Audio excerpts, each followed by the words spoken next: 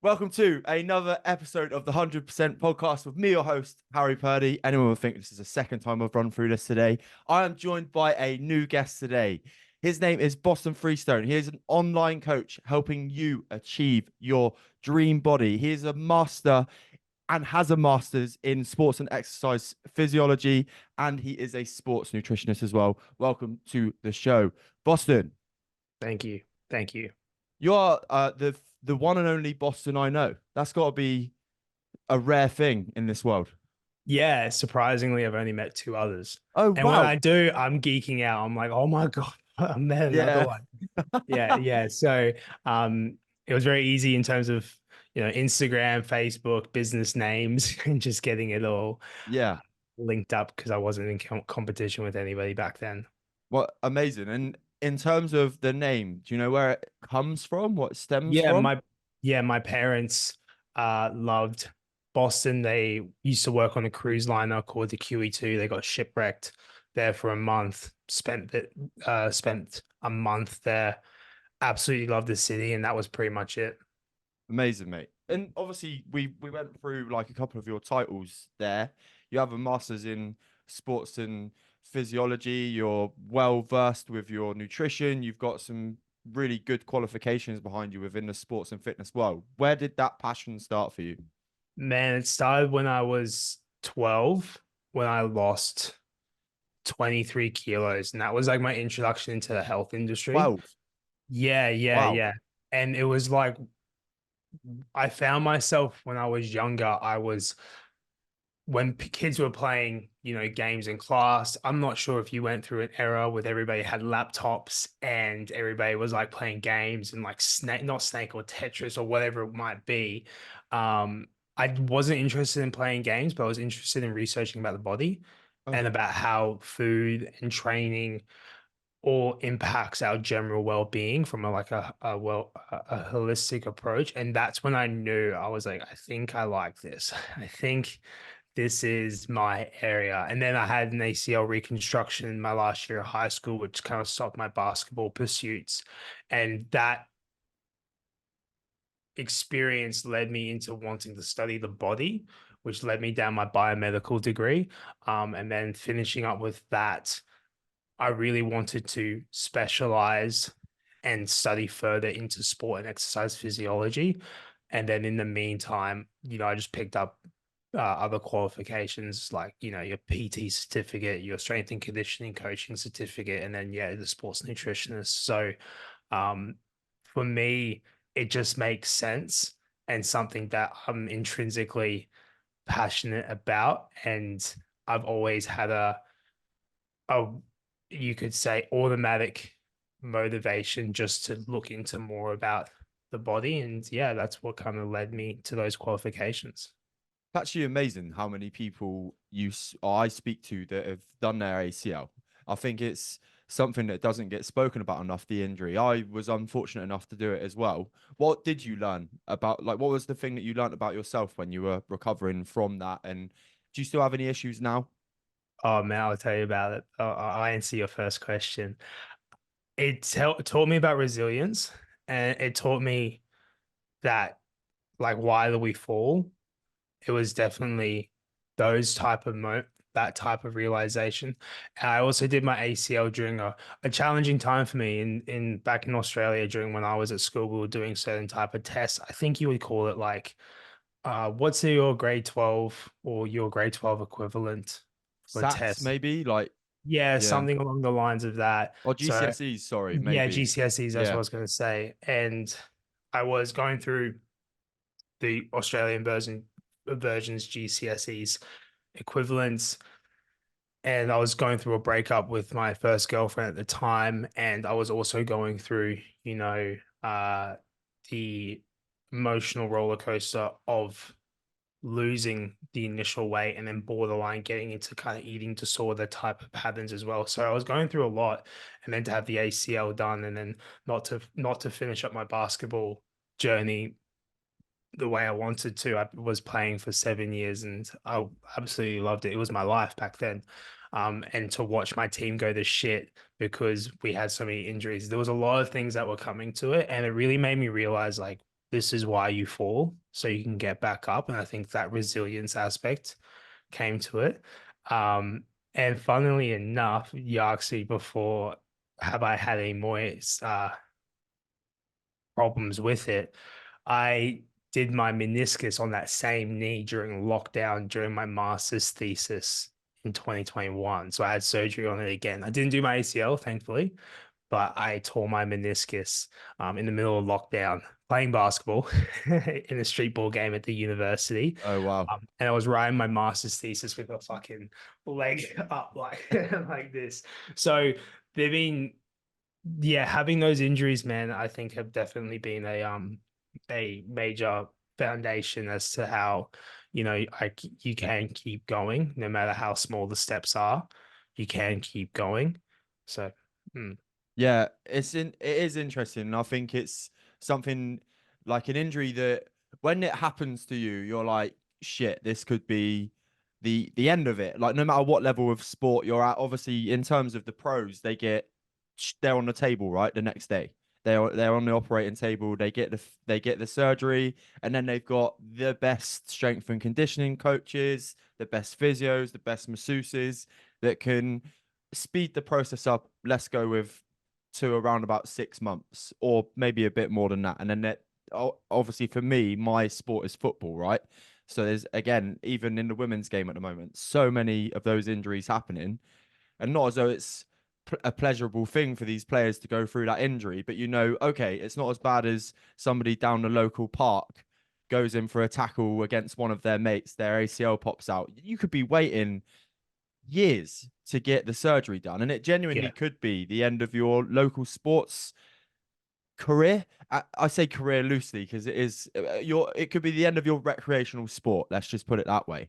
But like you say, these things are there to pick you up. And I think what it did for me, luckily, I say luckily, when I did my ACL, I did it that badly that I believe the cartilage was rubbing against my kneecap. So they had mm, to get me onto the surgery table quickly. Otherwise, it would have just caused me no end of worse. problems. Mm.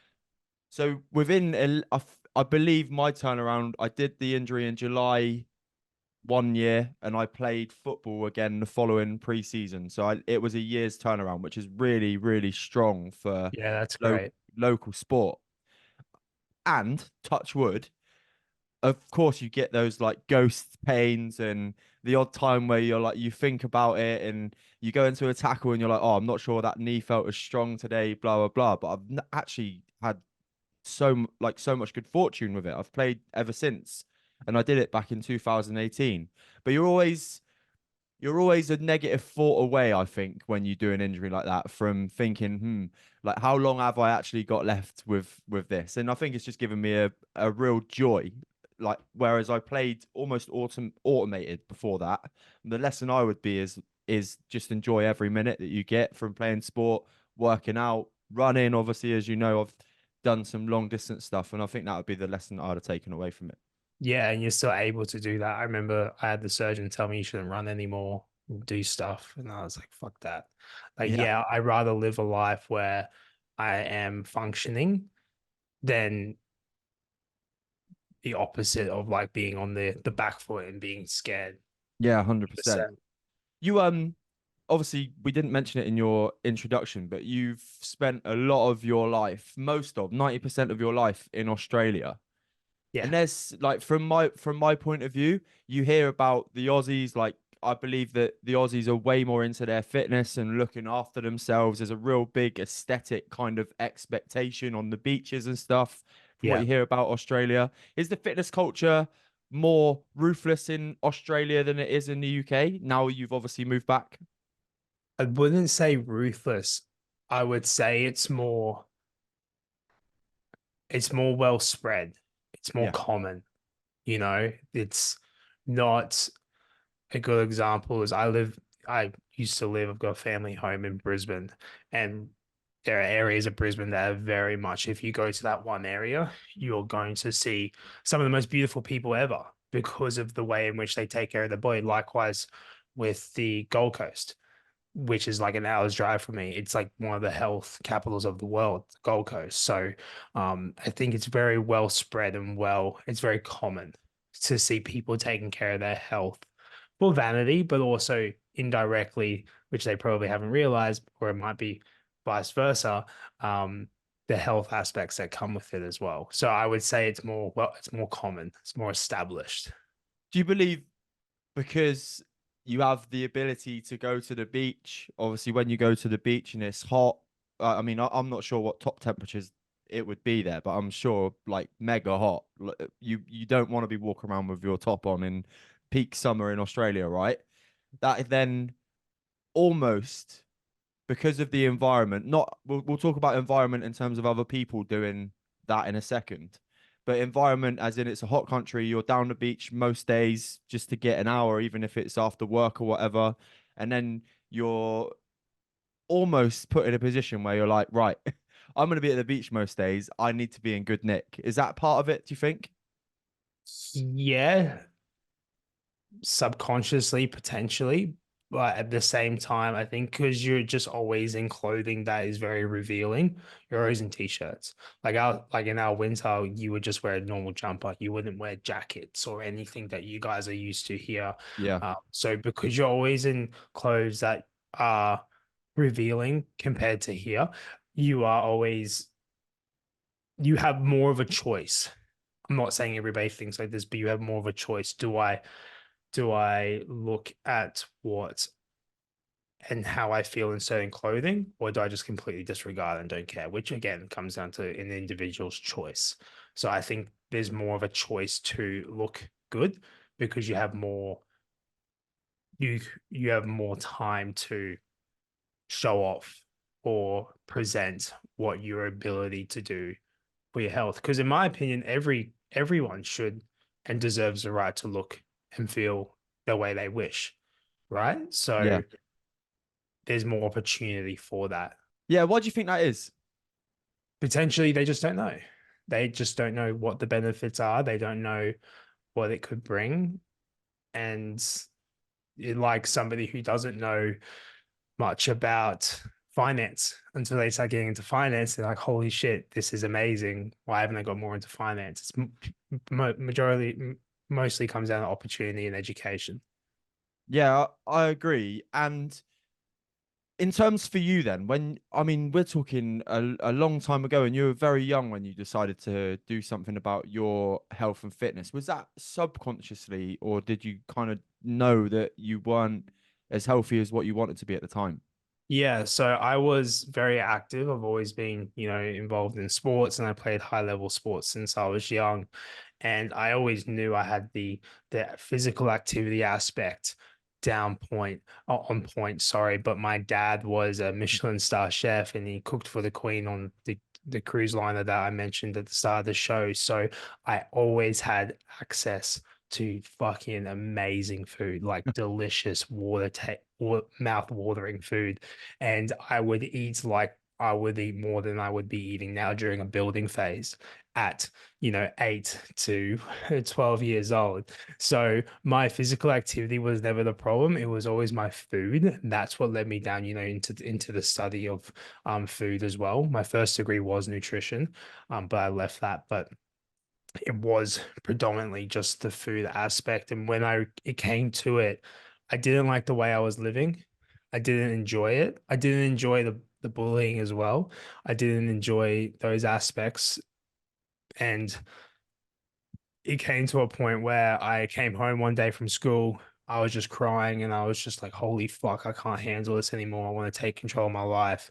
And then I just said to myself, 8 kilos. And then that 8 kilos led to 10, which led to 12, which led to, you know, 23 and then, or 24. I can't remember the number exactly. But when it came all off, I was like, shit, yeah, that's sick. Okay, cool. I finally got control again. Yeah, amazing. In terms of the feeling of losing weight, obviously there's positives around that.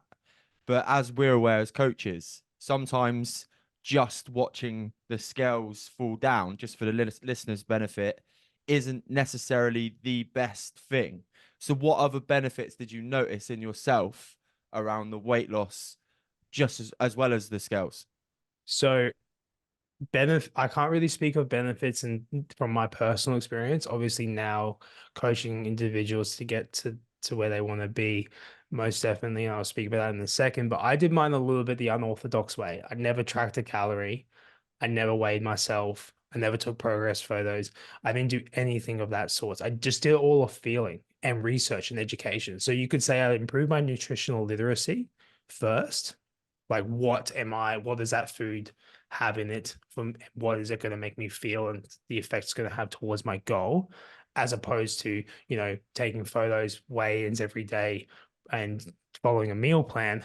I never did it like that. However, that route led me down a lot of eating disorders and disorder eating patterns and other you could say behaviors that I had to smooth out What were because they? it was just disordered eating patterns. I wouldn't like to eat certain amounts of food. I wouldn't eat certain foods. I would do excessive amounts of activity. I would be afraid of eating certain foods. And that was purely because I wasn't, you could say, tracking it in a way that was one, methodologically, and two, with a reason, because I was doing it on an unorthodox approach by not tracking a single thing, just educating myself and just seeing how it goes. I remember there was one time I was in science class and my teacher at the time was the head of the first 15 rugby strength and conditioning side as well. So he's super into his health and fitness and we got along. And he knew I was losing weight because he could tell it was just coming off me in 6 months' time. I was just completely different. And there was one time during science class, I was just passing out because of just how low energy I was. And he said to me, he had to put, I went to the bathroom. I don't know why, he'd probably just go to the toilet, but he came out of the class. And he said, Boston, you got to slow down. The body needs 6 months for it to adapt, for it to give it time to get used to its new shape. And that's when I realized that although I had reached my goal, I'm only just reaching the start of my health journey and that I've got a lot to grow. Where now that's what I really do encourage with my clients. Like, although, yes, my my initial approach to dropping that weight was different to how I would do it now with people. I still like to reinforce to my clients that tracking allows us to paint a picture, allows us to see all variables of the journey. So you're not guessing it, but it's hard. And I do always express this, it's hard to dissociate the emotion from the scales. So yes, there are benefits to tracking your weight and measuring everything, but at the same time, it's also a challenge to dissociate emotion from the scales. And I think just being mindful of that, putting them in that uncomfortable zone and being like, yeah, look at the scales, but don't let it bring you self-worth. And making them aware that it's hard to dissociate that and giving them time for them to make their own dissociation allows them, one, to reap the benefits of, tracking their weight and seeing their progress over time. And also, two, not letting it be of the downfall of the day if it's not going in the direction they want to.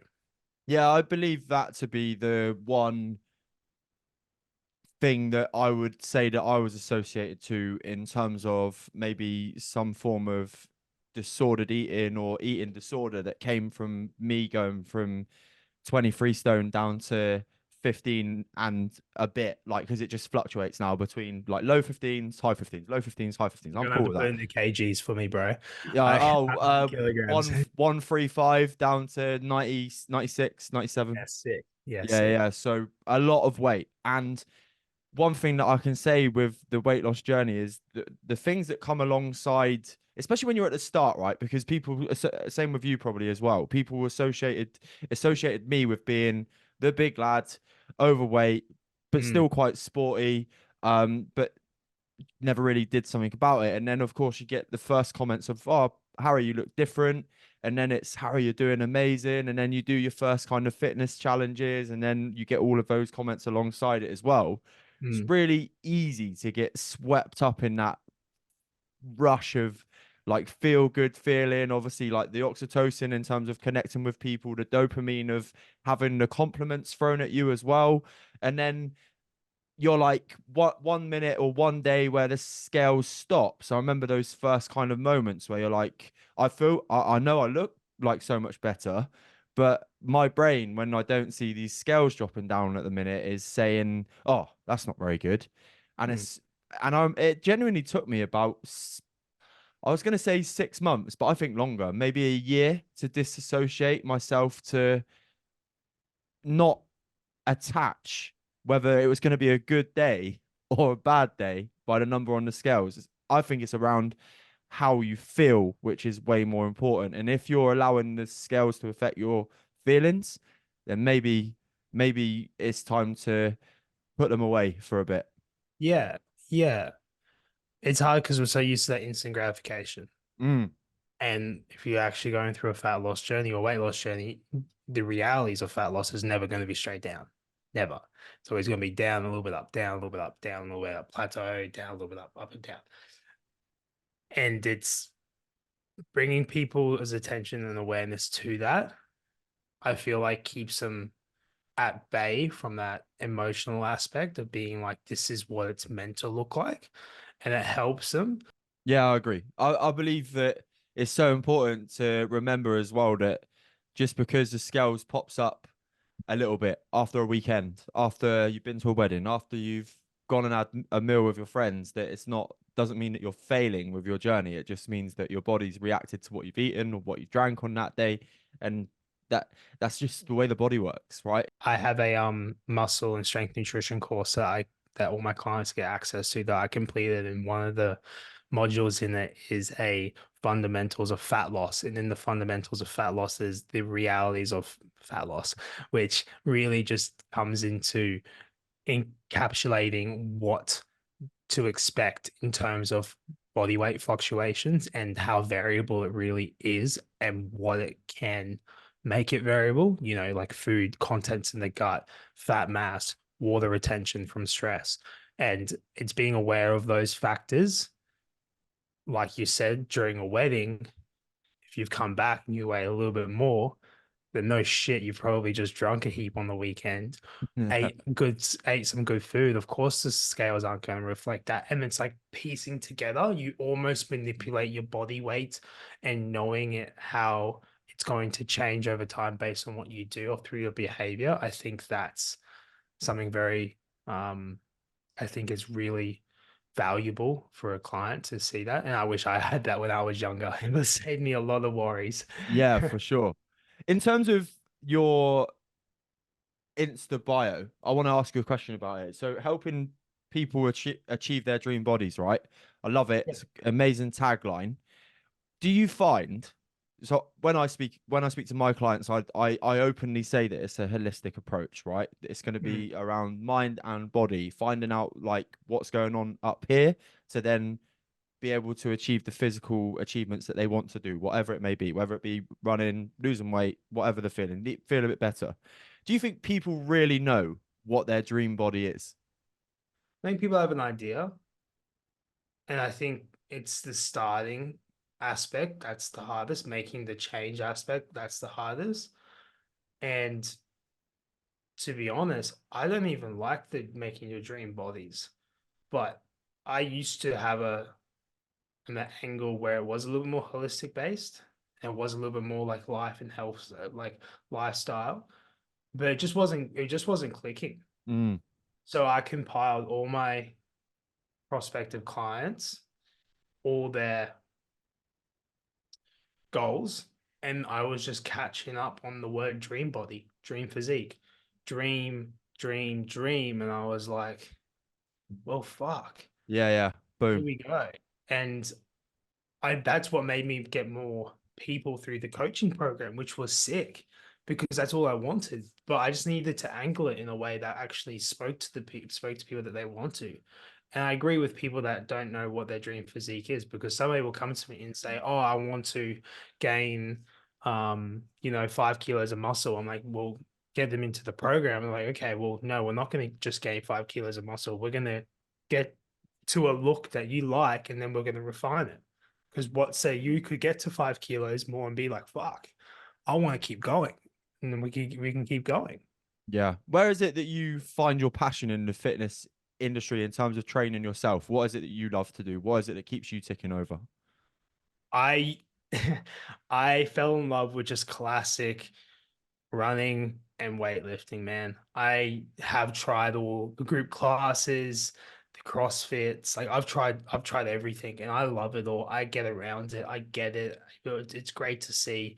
But for me, what gets me really going is just the classic weightlifting and the classic running. There's nothing more fun, which might sound odd to some, than, getting on under some heavy dumbbells, getting under some heavy squats, getting through a good 10, 15K run. And that's me. Like, I don't need the whole, um, yeah, CrossFit classes or Zumba or fucking different type of group training. That's just the same group training approach, but just a little bit different sequenced in terms of exercises. I Yeah, don't yeah. really that. I fell in love with just training in general. The growth of CrossFit and now High Rocks is Yeah, unbelievable, isn't heard it? that. It's insane to see the amount of people, even people new to fitness and health in general, taking on these challenges. And Mm, that can only be a good thing for the population, can't it? 100%. Like I said, like I get it. It's amazing stuff. And I think it's only going to be a benefit, like you said, to the population, because at the end of the day, you're working on your health. Like you could fall in love with bodybuilding, but let's say that's not actually for you, but you still love it, and you still go from, being overweight, being unfit, to high muscle mass and very fit. You've just improved your lifespan.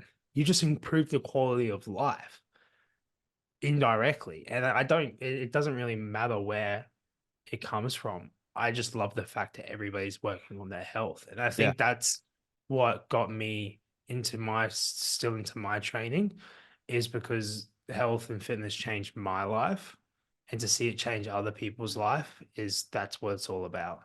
That was one of my questions for you today, mate. Is the passion is clear to see with regards to what you've got, your accreditations, with what you've studied, and how many people that you've influenced. But what is the number one thing that you love about coaching other people to be a better version of themselves, let's just say? It's when they come to me after a couple of weeks and they'd say, Boston, everything that is important to me is better in my life. From getting up in the morning to not hurting, to being able to run up the stairs, to spend more quality time with the family and actually enjoy their everyday life, as well as their sense of self, confidence, general well-being from a mental aspect. Like, I've had people who have come to me on the lowest of lows and left wanting to do more and achieve more in their life. And I've had people say to me, didn't matter what fucking went through the week, as long as I knew that I could come and talk to you, I'll be fine. And that's what gets me going more than, transformations are cool, but changing lives are fucking way cooler. Do you think it's possible to just work on one without the other? Like mental and physical, do you think it's possible to just work on one, or do you think that they both come No, whether it's people all like it or not? yeah, it's all related. There's a model called the biosocial psycho no, biosocial psycho model, which essentially just intertwines biology, sociology, and psychology all as one. It's all linked together. And I think once one improves, whether it be your the biology, your body, it's going to work on your psychology and also your sociology, which is obviously, just talking to people and communicating and connecting with others. Yeah, because in terms of if you look at that from a general standpoint, I think all three of those things revolve around, let's go with the keyword confidence, right? Because if you work on your physical self, your confidence is going to improve by 5% at least if you work on yourself for 8 weeks, right? then that enables you to be more confident from a social aspect with regards to speaking to new people, being in situations that you're normally unsure of, and I guess having conversations with people that you're not you just don't know, or in situations that you don't know. And then from a psychological standpoint, well, obviously, like if you're feeling more confident to do that, that means that you must have felt better from. So obviously, you can completely see that it makes sense. I think it's a bit of a. I went on a run yesterday, and I had the thought. I did believe that I came to the conclusion it's a bit like what came first, the chicken or the egg kind of scenario. What do you work on first to get the most benefit out of the situation? Do you work on your mental health first to improve your physical health, or do you work on your physical health to then improve your mental health? And I think you could literally spend hours discussing the benefits of both and why you should take on both first. What do you think? Just make the change. Just make the change. Yeah. In Don't terms of, just don't it think. doesn't It matter what just one. doesn't matter. Just make the change. Yeah, I mean, my coach, I'm sure Brad has said in the calls, but my coach Paul Mort says that sorry, with your mental health, it needs physical support, and I think that's one of the biggest things that I noticed in my own journey is when I was at my lowest, when I was at my biggest, or not even at my biggest, but when I was at my lowest, it would probably be when I was the most sedentary, like Mm. just driving cars up and down the southwest of England, not really focusing on gym, not really having any kind of physical goal to achieve. And then that kind of like leads to a bit of a spiral, right? As soon as you put in that physical support, i.e., getting out, moving, spending time outside in sunlight, getting into the gym, growing that gym confidence, spending time with your newfound gym buddies, and then slowly taking on challenges like 5Ks, 10Ks, half marathons, all of those Yeah. kind of things. It's just amazing how quickly you can grow as a person on Yeah. all fronts. There's a quote I love. It's treat the body rigorously so it's not disobedient to the mind. Yeah, And I think that definitely encapsulates what you've said very well. Very well. 100%, man. Yeah. You spoke Yeah. about your dad being Michelin star chef, cook for the Queen, things like that. I see on your social media that you love to pop together a little bit of food here and there, Yeah. Yeah. aiming down towards the healthier aspects of eating, but with a real tasty element to it. Do you get that passion from your dad as well? Yeah. So when I initially lost weight, like I said, I never tracked and I wasn't really too fond of, the egg whites, extra lean beef mince and olive oil combos for breakfast. Even though I did do that at the start, I was like, fuck this, there must be another way. And that's what it kind of came into. I used my dad's teachings and variety aspect and I turned it into a healthier camo, you could say. And that's what led me down, providing healthy, tasty meals that don't make you question your existence. Yeah, amazing because obviously well, most people have been in that situation, right? Go, my audiobook is aimed at people who lose weight, put it on, yo-yo dieters, right? And I Yeah. think that that's a lot to do with the fact that your general diet to begin with is normally aimed around kind of one or two food groups: tuna salads, chicken and broccoli, Muller light yogurts, like all of this shit. And then it's not until you get a bit more education, as you found out and I found out, you realize how many different food groups can be. Well, I mean, you can eat any food group, right? You can eat. We won't go down this conversation, but you can eat at McDonald's and still jump on the scales or still feel good at the end of the week as long as you tick off all of the other boxes within your health journey. But I think it's not until you get really far in you realize the magnitude of food that you can include in your Yeah.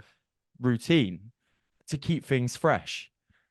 It's crazy what you can do with your food variety to help you stay on track. And it comes down to as well, I like to call it like a meal arsenal. Like what foods do you have in your arsenal that you can go to make sure that one, you're enjoying what you're eating, but two, you're still staying on track. in terms of your health or body composition pursuits. So yeah, I think a lot of people deviate or go away from their goals because they are so sick of eating, chicken, broccoli, rice. And if they had, let's say my ebook that had all these recipes and meals in it that was still healthy and still help them stay on track, but they could just add it to their arsenal and select from it like that, I believe that they would have a far greater chances of success Yeah. because of it. Yeah. Well, I think it just leads to being way more planned as well, right? Knowing what you can eat and knowing what you are going to eat, rather than leaving things to chance. If you leave things to chance, there is a chance that you're gonna Yeah. make a bad choice, right? If Yeah. you And then know, that's where the excuses of, oh, I didn't have time, or yeah, she's been super busy. Yeah. 100%. It's kind of like we all don't have, time can't be created, but it can be found, mm. and we make a priority of things that are important to us. It's like, is health a priority to you? Then if it is, you'll find that time. Yeah, I posted the other day a chat. I thought of it. I don't know whether it had been said or whether I'd kind of heard it said subconsciously, but I just posted in general. Are you in control of your time, or is your time in control of you?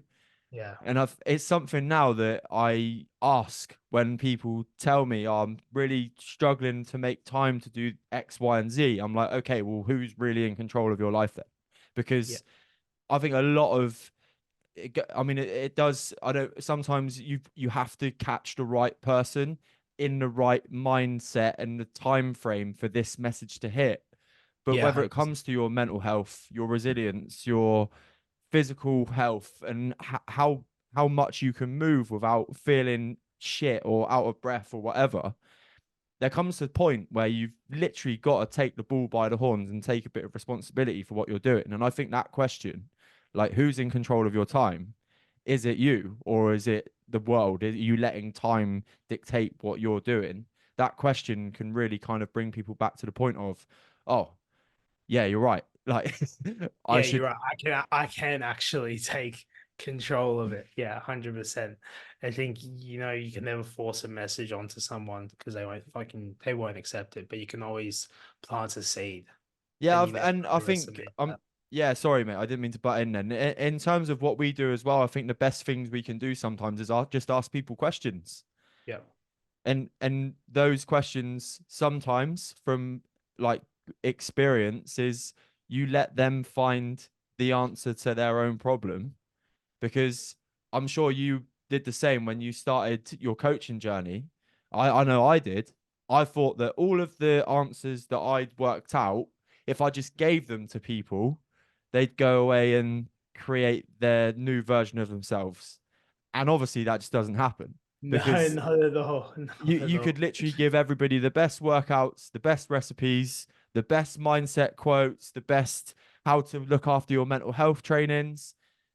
And if they're not prepared to do them, if they're not prepared to put the work in, then they're not going to get the results that they've come to you for in the first place.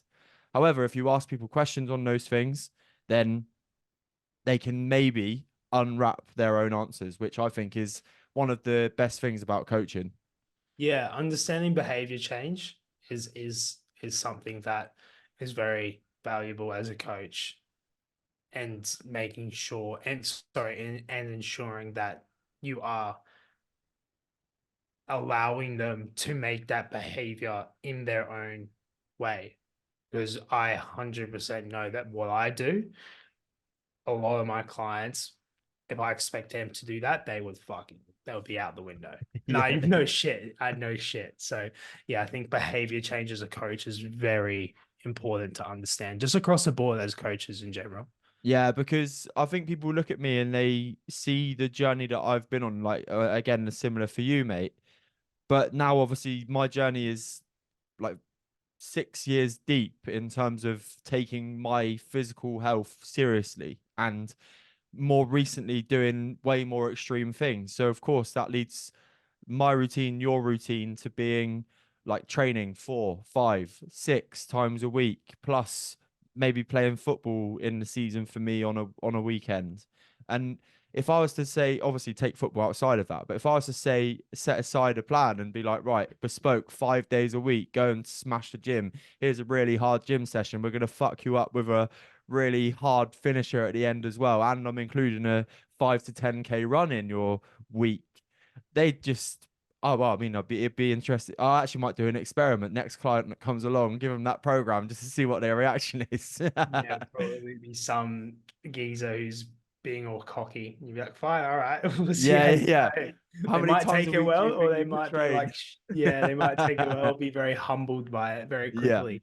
100%, man. In terms of you, then, obviously we know we've established that this is something that you're really passionate about. It's something that you've reaped the benefits towards, reap the benefits of as well, in terms of how you feel, how you are, how you present yourself, and where your journey is from a life perspective. Obviously, you want to grow the coaching business, you want to grow yourself physically, you want to feel better, you want to learn more, all of these kind of things.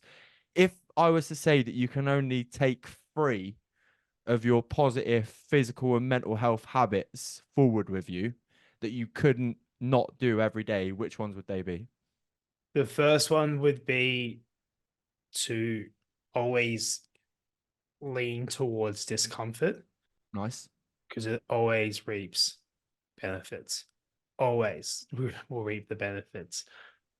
Discomfort's hard, but staying comfortable for me, what I've learned is not a life that I find fulfilling.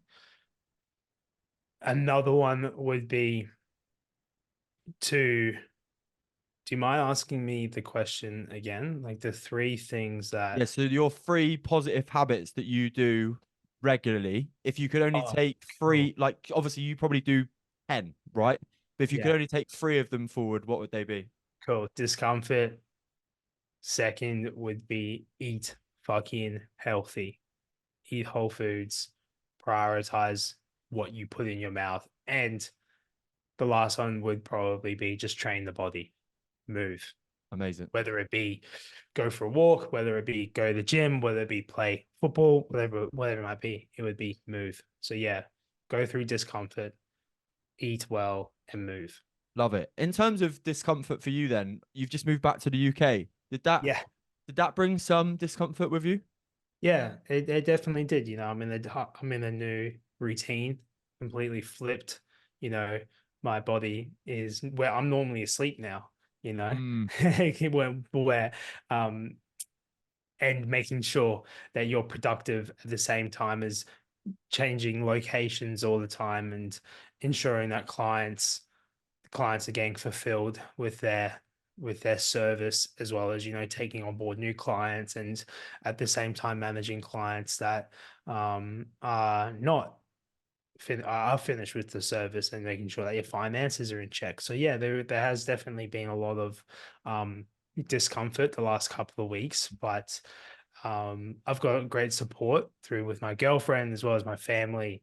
And it's never really a question of me like stopping what I do. It's more like just navigating and you can say battling when those things arise and just keep going. It's never a question of me not like giving this up. It's just always a question of just navigating the ship through the storm. yeah, and you've got to fill your cup up first, right? If you're not Yeah. feeling Yeah. energized on a day, like maybe the jet lag hits real or you're not quite feeling settled in, don't feel like it's home, it's got to be you that's put first, essentially. Yeah, and that's definitely been me. I just finally got myself a setup in my apartment, which is beautiful. I'm very blessed to have it. So yeah, I think it's starting to, now become my home, which is really a really nice feeling. Well, Yeah. welcome to the UK, mate. We're blessed to have you here. In terms of you moving forward then, mate, where do you see you going? Where do you see Boston Fitness going? What's the agenda? What's the agenda for you for the next couple of years whilst you're in the UK? Yeah. So most definitely the goal is to help as many people here in the UK as I can, whether that be through one-on-one coaching, whether that be through content creation. I think that's just the goal. That's the sole goal. I don't want to make it complicated. I don't want to do anything too um over the top. I just want to help as many people as I can. Unreal, man. And in terms of random question, just thought about, and I know we half mentioned it when we were having a chat before the podcast started. What are the biggest differences you've noticed from UK, or sorry, Australian life to UK life? Obviously, it's colder, but away from Yeah, that. yeah. Uh, the major difference would be the the small it's really the small things here that I've noticed that people absolutely fucking embrace and they get around. Great one is the weather. If it's a beautiful day, bro, people are just so happy. Yeah. People are just buzzing, and I love it. And that's something that in Australia we do take for granted, very much so, because our weather is, it's flipped. When it's rainy and cold here, it's most likely sunny and beautiful in Australia. So I Mm. think that's definitely, yeah, the biggest one I've noticed. It's a very British thing to talk about the weather as well, mate. So you're fitting Yeah, in I quite know that. nicely. Yeah, I'm very Yeah. I'm very much aware of that. When I lived down south for some time, I realized that, you always are most likely going to start the conversation with something about the weather. Yeah, it's 90% of the time if you pass somebody in the street and they're open, like you see their body language open, you're, hey mate, how's it going? They're like, yeah, good, nice day, isn't it? Like, and you're just like, Yeah, yeah. yeah, yeah, That's the how a British conversation will go 100%, well, 90% of yeah, the time at least. Mate, yeah. I love it. final question of the podcast today. Mm. The traditional question of the 100% podcast is, what is the greatest bit of advice you've ever been given? It was my mum telling me it was that Nelson Mandela quote that us playing small does nothing good for anybody. Like our fears, our worries does nothing good other than, put a dampening quality on the earth. I can't remember the quote off heart, but it's something along the lines of us playing small does nothing good. Nice. I like that, mate. I think it can link in with so many things as well, with So like many regards to things, yeah. limiting beliefs and all of those. Yeah, Yeah. amazing. Yeah. And I think that's what through health and fitness has allowed me to realize that through anything is really possible. Cause I remember telling myself, fuck, I can't lose this weight. I remember actually saying to myself, if I can actually fucking lose this weight, people are full of shit. They actually can lose the weight. Because I was in that mindset of I would never be able to lose that weight. Never. And then obviously going through it and now becoming it my life to help others with it, it makes me be that pivoting foundation to why I do what I do, because I believe that they can do it, because I thought I couldn't do it. So I've seen the other side and I get it. I understand why they're in that mindset, but I also see the other side and I'm that bridge. Insane, man. I can see the knowledge coming through. I can see the passion coming through. So let's make sure that people know where they can come and find you on social media, mate. So where can people come and find you? In fact, tag your ebook as well. We'll get that into the show notes, Yeah, and man. people can come and check it. Yeah, thank you. So just on Instagram, Boston Fitness with an underscore. If you look up Boston Fitness and you see a big smile on the profile, that'll be me. But so they've got a chance of three, maybe. They're only going to come across two other Bostons potentially. So Yeah, you'll be getting a lot of Boston Celtics yeah. or Boston, Massachusetts, or something along those lines. But yeah, if you look up Boston Fitness, one word, you'll see with an underscore, you'll see my account very clearly. So thank Amazing, you. mate. This has been another episode of the 100% podcast with me, your host, Harry Purdy, and today's guest, Boston. If you have enjoyed today's episode, please go over and do us a favor and drop a 5-star review on Apple Podcasts and Spotify. It goes a long, long way to helping the show. If you weren't aware as well, in the show notes, there will be the link to my free 14-day journal, which will help you alleviate yourself better physically and mentally and keep you more focused, more with more willpower, and help you towards your goals. And if you are watching on YouTube, hello, like, subscribe down here. Again, it helps the show a long, long way, and it's a massive favor for me. So please do that if you're here. And I'll see you here with a new episode every Friday. Take care.